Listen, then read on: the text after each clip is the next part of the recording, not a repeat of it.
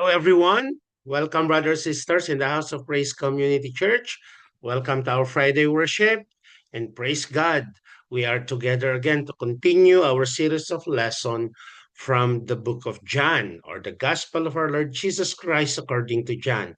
Now we will be studying verse 16 to 21, John chapter 3, verse 16 to 21, and I'll be reading to you from New King James Version.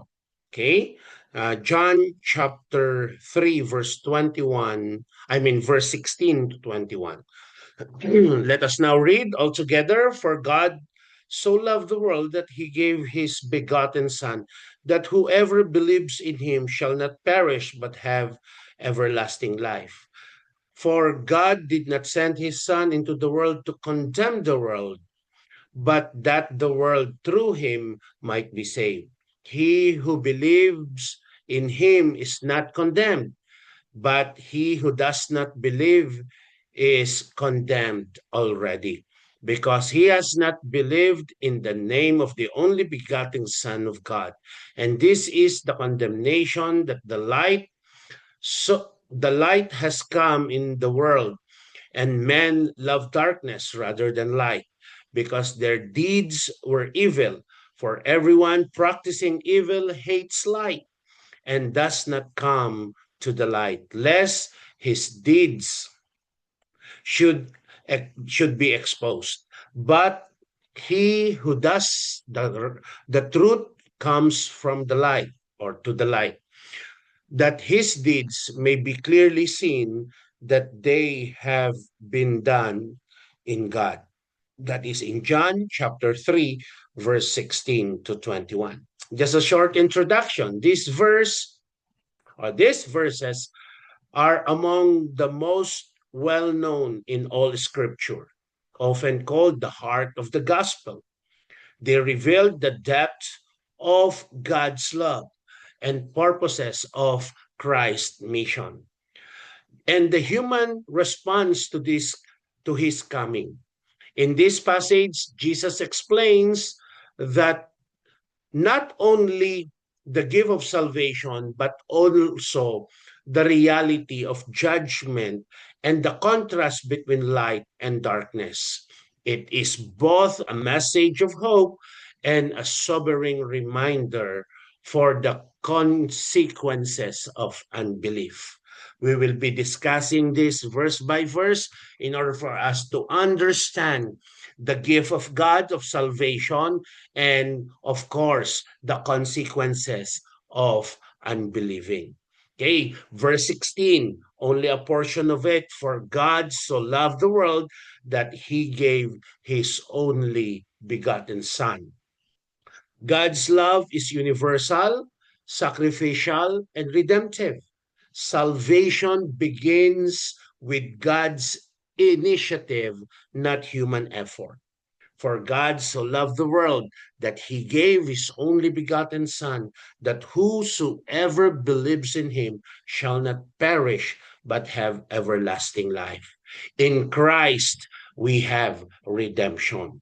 Romans chapter 5, verse 8 says, God demonstrate his own love towards us in that while we were still sinners, Christ died for us. Can you just imagine? It's God's initiative. His salvation is not of man, but God's initiative. In First John chapter 4, verse 9 to 10, it is a declaration of God's love revealed in sending Jesus to us. So our salvation rests on God's love, not our merit. We don't have, and we are not worthy of that salvation, but because of God's initiative that he loved us, for God so loved the world. We will change the world to your name. For God so loved Jomar. For God so loved Brother Reggie, Sister Rosanna, my wife Sherlene, okay, and the rest of us, Brother Emmanuel, okay, and so on and so forth. For God so loved you, okay. The next verse is verse 17. The text says, "For God did not send his Son into the world to condemn the world, but that the world through him might be saved." So Christ's mission was salvation, not condemnation. Judgment is real, but God's purpose is to rescue us. See how God loves each of us? He doesn't want to condemn us. But before condemnation will come, he is offering a way out from condemnation. He's offering salvation to each one of us. In Luke chapter 19, verse 10 says, "So the Son of Man has come to seek and to save that which was lost." Okay, he came not to punish us, but he came to seek us. He came to save us. The same true in Second Peter chapter 3, verse 9. To get the summary of this, God desires that none should perish. So the gospel is good news, not to punish us. It is not about fear of condemnation, but about the hope of salvation. There is still hope. You are hearing this message, there's still hope. God wanted to save you and me.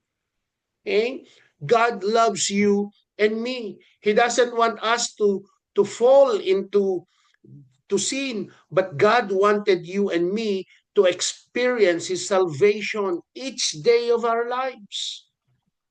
God wanted us to experience his love, his blessing. Okay? Verse 18 says, "He who believes in him is not condemned, but he who does not believe is condemned already."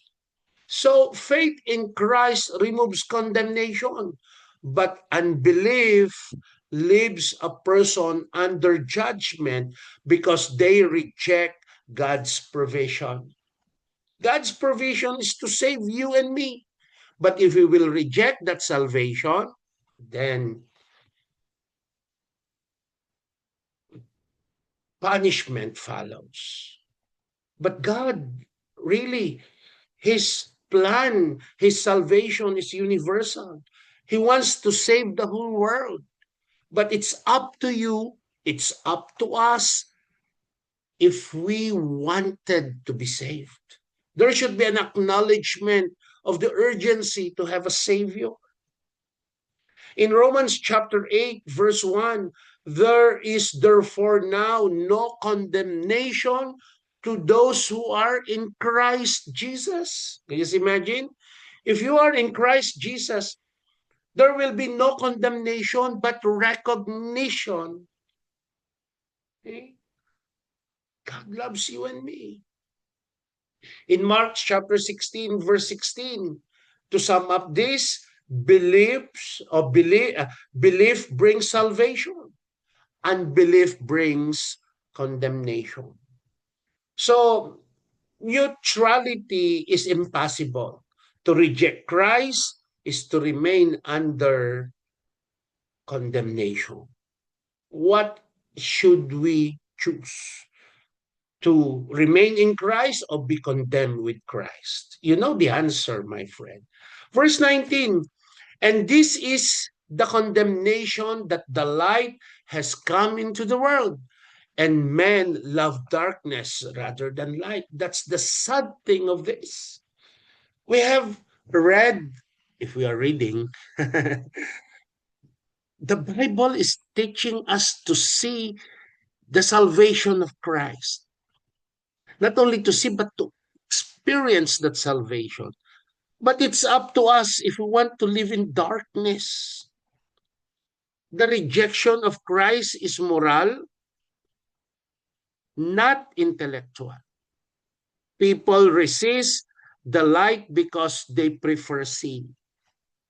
My friend, not because you are enjoying something that is already the right thing to do. No. John chapter 1 verse 5 says, The light shined in darkness, and darkness did not comprehend it. Darkness cannot cover light. Darkness will be consumed in the presence of the light. The same true with our Lord Jesus Christ. If we are in Him, we believe in Him, Satan will not be able to touch us.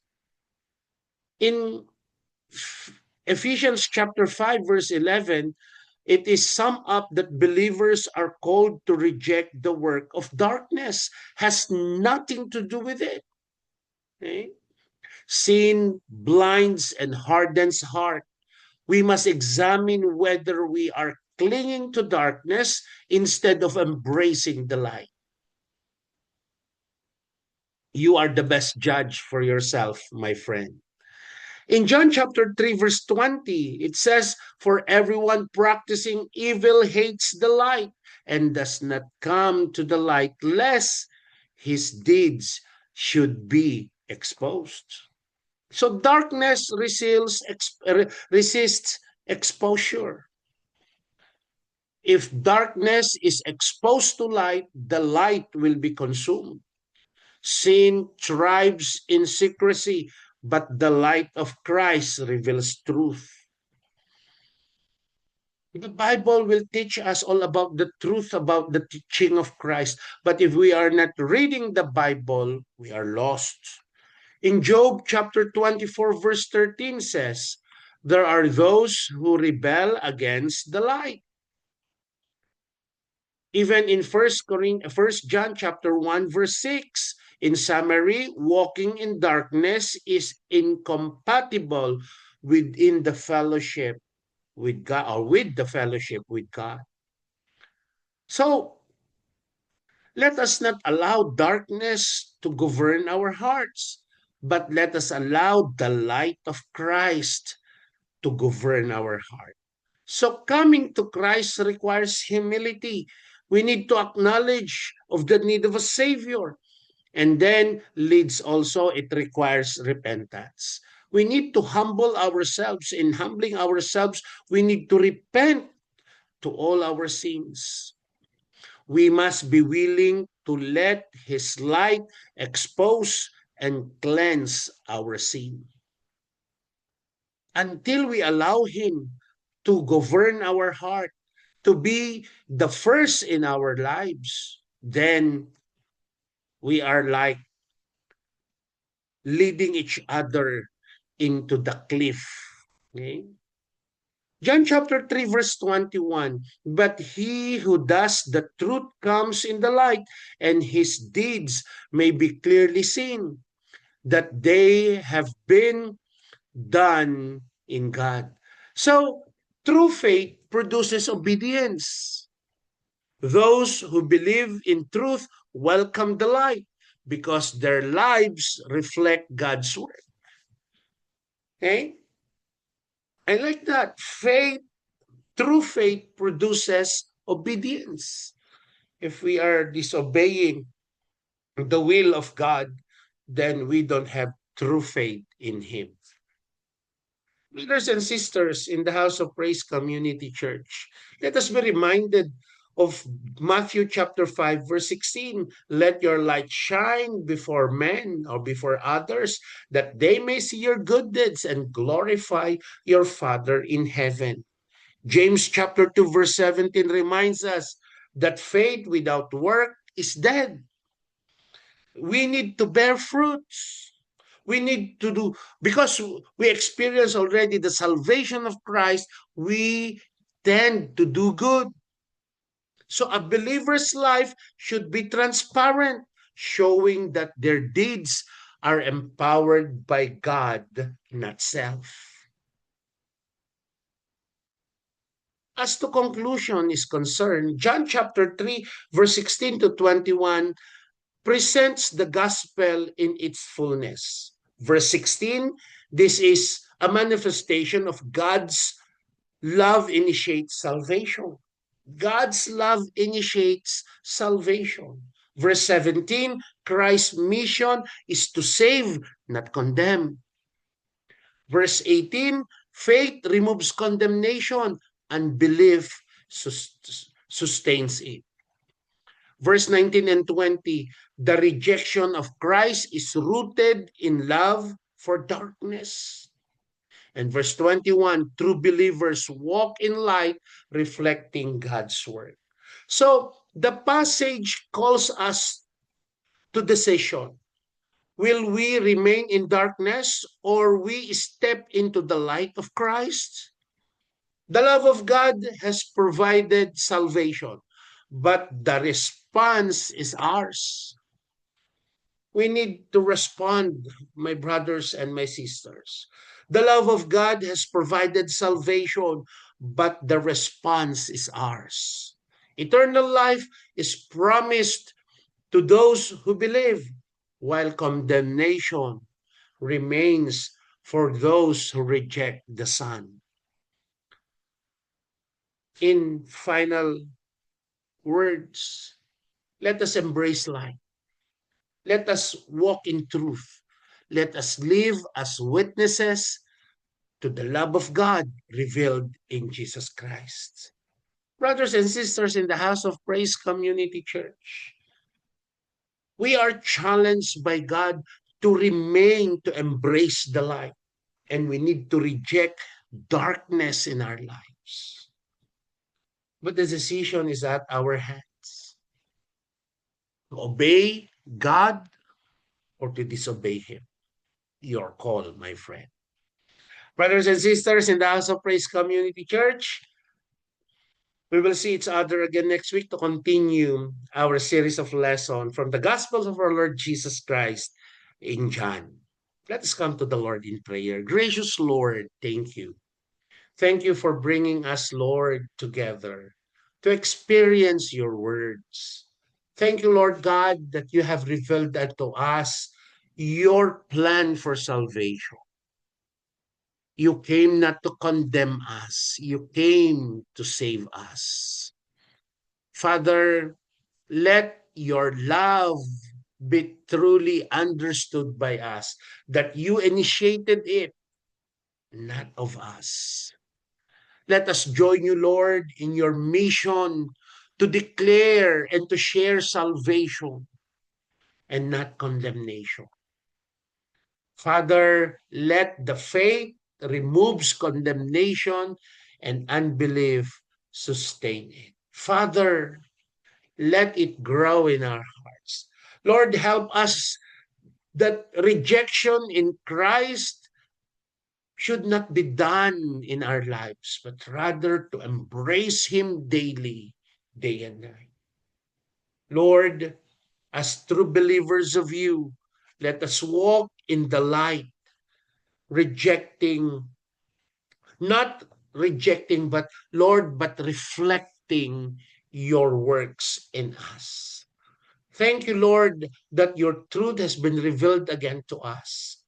May we embrace your teaching, Lord, and each day we are going to grow in our love and our service with you. Father, we bring back to all the praises and glory. Father, embrace us with your salvation and your forgiveness. Thank you, Lord. We bring back to you everything and to you all the highest praise, the glory and honor forever and ever. And God's people say, Amen and amen. Hallelujah. Praise the Lord. We'll see each other again next week, my brothers and my sisters. And now let us declare, to God be the glory. Amen and amen. Hallelujah.